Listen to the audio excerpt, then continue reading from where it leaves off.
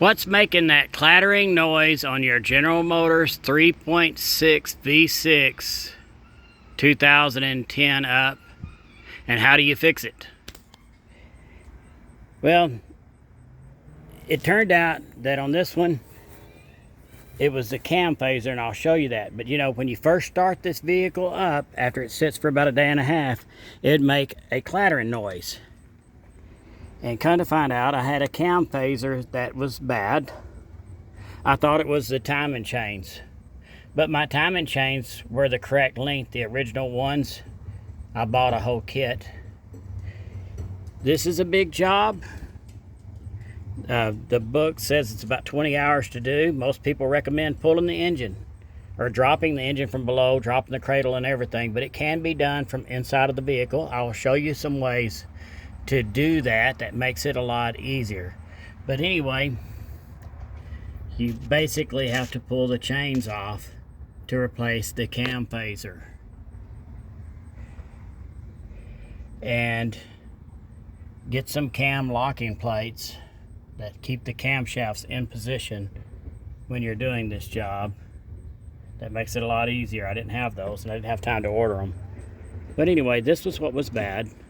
Cost $100 for that part. It's about $100 each.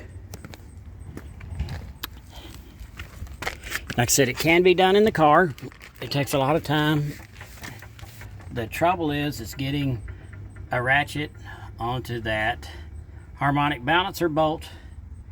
What I did, and I haven't seen any of the other videos, is I dropped down these engine cradle bolts a little bit. I just dropped them down by about 2 inches on each side, down on this end 2 or 3 inches, and that dropped the engine down on its own enough for me to get that bolt out and access anything else that needs to be done. I've got all my timing marks lined up, and I did put new tensioners and chain guides and things like that on it, but I've ran the original made in USA General Motors chains because the kit came with Chinese chains, and I don't know about that. And since my chains were exactly the same length, I put them in there. But I'm about ready to put this engine cover on. I've cleaned all my surfaces real well.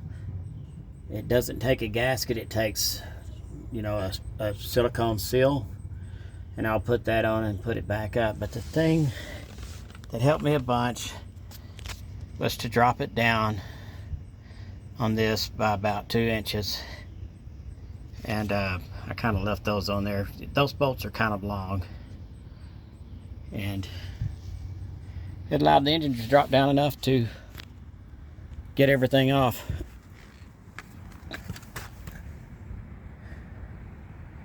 It's slow going. I'm just doing it a little bit at a time after I get off work, and hopefully I'll get this all put back on.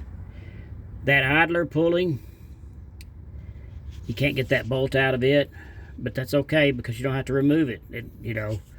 Also, there is a stud that goes in the top of this alternator that you have to back out that screws into this faceplate, and that'll allow you to get that faceplate off.